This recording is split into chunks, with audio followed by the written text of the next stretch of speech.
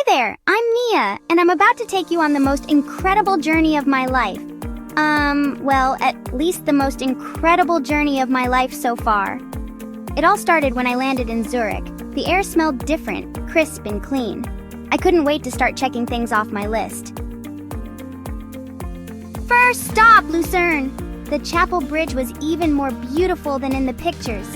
And the Lion Monument? Wow! Did you know the lion is actually carved into the side of a cliff? It's huge and so sad looking. Next up was Bern, the capital city. The streets are full of these cool covered arcades, and there are fountains everywhere. Oh, and I can't forget about the Zetglogge. It's this medieval clock tower with moving figures. I stood there for ages just watching it.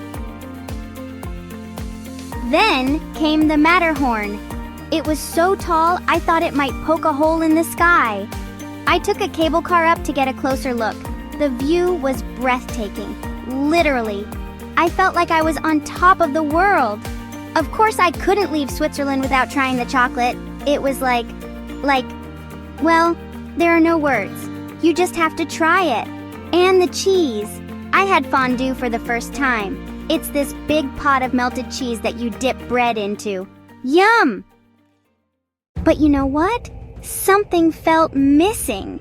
I'd seen all these amazing places, but I felt like I was just skimming the surface. That's when I decided to go off the beaten path, and boy, am I glad I did. I found this hidden alpine meadow. It was filled with these delicate white flowers called Edelweiss. It was so quiet and peaceful I could hear my own heartbeat. That's when I realized the real magic of Switzerland isn't just in the famous sights. From that point on, my trip changed. I tried local dishes like rosti and raclette. I chatted with friendly Swiss locals. I even learned to yodel, sort of. I visited a small village and watched a traditional Alphorn performance. The sound echoed through the mountains. It was amazing. Oh, and I can't forget about the Swiss trains. They're so punctual you could set your watch by them. And the views from the train windows? Spectacular! I took a scenic train ride through the Alps, crossing viaducts and going through tunnels. It felt like I was in a movie. One day I stumbled upon a local festival in a tiny village. There was traditional music, dancing, and everyone was wearing colorful costumes. They even let me join in a folk dance. I was terrible at it, but everyone was so kind and encouraging. It was one of the best moments of my trip. Another hidden gem I discovered was a beautiful turquoise lake tucked away in the mountains. The water was so clear I could see fish swimming around. As my trip came to an end, I realized how much I'd grown. I started out as a wide-eyed tourist, but I was leaving as a real traveler. So, if you're planning a trip to Switzerland, remember, see the famous sights.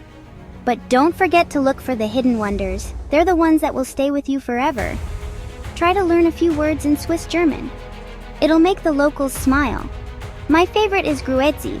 It means hello. Make sure to try a Swiss Army knife as a souvenir. Just remember to pack it in your checked luggage when you fly home.